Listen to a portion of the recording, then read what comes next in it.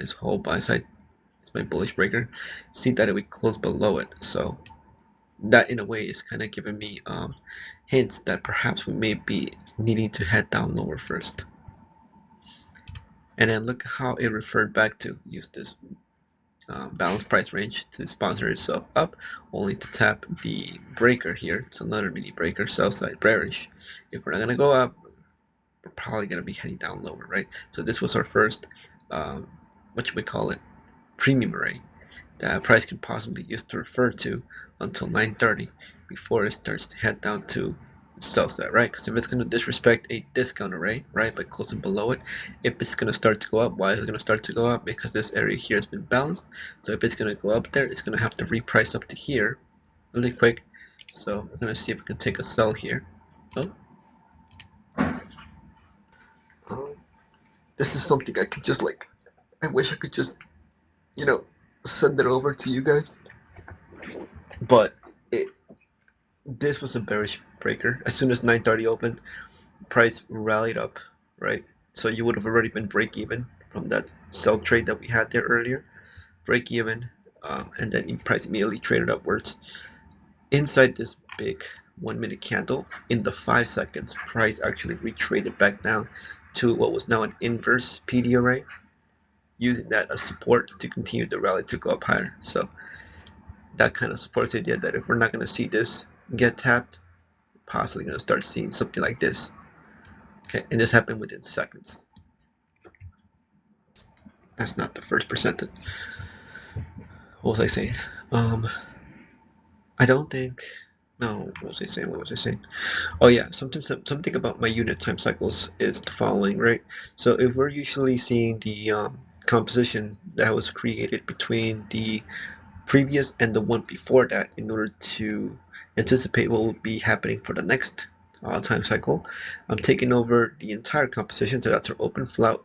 So in the case of this 15 unit time cycle, the open flout was from this low to this high. Okay, there's open interest between the buyers and sellers of the market, and they can use either or to kind of use this as a what you may call it, SMT. So if we could see how this low in a way what influences how the next 15 minutes will pan out. So if this is a very interesting low, we'll pan this out. Notice that we had a low, higher low, low, higher low on US 500, but then we had a low, lower low on US 30. That in itself, and we're in a position where we're thinking that price should be going up higher. Price didn't even challenge going back down here. Instead, it opened up higher, retraced down to this premium array, used that as support, expanded up higher. And this all happened within a matter of seconds. Like you wouldn't have never been able to see it unless you're a computer, right? And be able to catch it. But that is a fantastic logical support. And now we'll see how we'll be behaving in the matter of going up higher. This is why I believe sometimes trading in these kinds of markets is very difficult, because sometimes changes in the state of delivery and changes in the form of biases occur sometimes within reactions in the seconds chart, and sometimes it's very difficult to catch the move if you want to head up for these crazy expansion swings.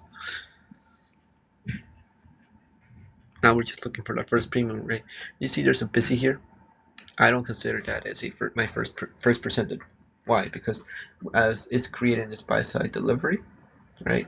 As it's creating this buy program, price rebalance itself immediately, kind of going down here. So this to me area here is balanced. So this inefficiency here is like in the way, or it's already covering the ground that was already balanced. So as it's going up, I don't refer to this as my first percentage.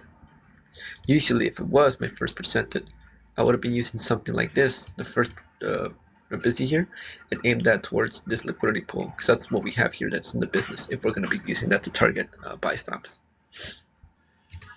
Okay, and then we'll do some quadrants, right, to have that slingshot effect, because if from this high to this low, even though we didn't tap it, but it was referred to the other ones, I wonder how using it again here, coming back up, and we had a sudden change in the state of delivery. When it did that, how did we refer back to the 25%? See how we closed above 25%? And then how did we refer back to this? Look at this order block. Wow, that's crazy. Tapped it nicely down here. Notice how it immediately used that head price go up higher to get something like that. It ended up there. Something else that I had to step out real quick, and this price action is really interesting because look, we're always trying to refer back to sell side liquidity based on the leg that's over here on this side, on that first inception. So in this case, it'll be the leg from, where are you? From this low to high, right? So we're always looking for that SMT going down. When it makes a new low and it reacts off SMT in that way, I'm interested in possibly even seeing this as turtle soup to go up higher. I wonder if that's how it'll also be treated. Because if it's an SMT low that's protected via SMT, if it taps here again, will it behave in a turtle soup manner? I'm curious. So nothing seems really clear to me, to be honest. It's just gonna have to be very careful. So something that I keep referring to is this level right here. This is something that my eye keeps looking at since the stream, because this is the first percentage fair value gap right here. Yes, we had this SIBI here, right? From this high to low, that was the first percentage fair value gap. But seeing that it was already balanced by this swing low and this swing low before 9:30, my eyes immediately going towards this, right? Because this was the first balance action prior to 9:30. So I'm seeing all this, and look at how price referred to it once here, coming back down, expanded. Look at that, immediately change into a discount support. Okay, and it's referring to it back here again and again, wicking down here. 1, 2, 3 of 3 drives. Well, you could say it's a 3 drives pattern. Each low has been met with a higher low, and it's been expanding up higher. And again, we are in an area climate where where we are seeing high resistance liquidity. So it's gonna take a moment for it to reach up there.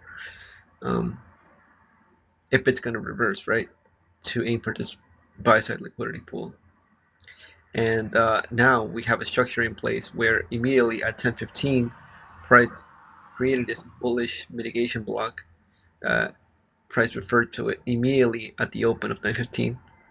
Wick down to that first percentage again, and then look how far it's been expanding up higher. So I've been eyeing this first percentage fair value gap, and it's interesting to see the reactions that are coming out of it. Now I can see why this could look super duper random, right? Because it's like, wait, what a second, when it's going up, then it's coming back down. What is it trying to do? When we had that 15 unit cycle in place, we had this balanced price action that was resting above here. So when price was referring back to the first percent of fair value gap, it was dipping 1, 2, 3 times and expanded up higher, aiming for this external range, right? Now we have a new cycle where we have this mitigation block going up, right? It is still inside a inferred quarterly shift here, but I was interested in seeing it act as a turtle soup entry for it to continue to going up, referring to the first percent of fair value gap, wick down below here, just below the, well, it just wicked through it, right? So it's repricing aggressively, but it's also treating the low here. So this level would have been super sensitive because it's the low of this balanced price range. Plus, it's still inside the first percent fair value gap, right? So seeing how this reacted off quickly, immediately having this buy program again. I'm still in the bias that we're gonna reach up to here, even if it's met with high resistance liquidity. Alright guys, so as I close on the stream, I just want to say that I'm still very interested in, well, if we saw this turtle soup occur, down here I had it labeled, would we be seeing this old low that was reacted before as SMT now acting as a way for turtle soup to aim things going up higher? So my bias is still looking to tap that London buy side liquidity pool. I did have the sudden change in direction, but then I was reminded by this old low that we could probably use it as turtle soup to go up higher. So If it's going to do that, I'm curious to see how it will behave in that manner. Going to see if prices will be up, going up higher.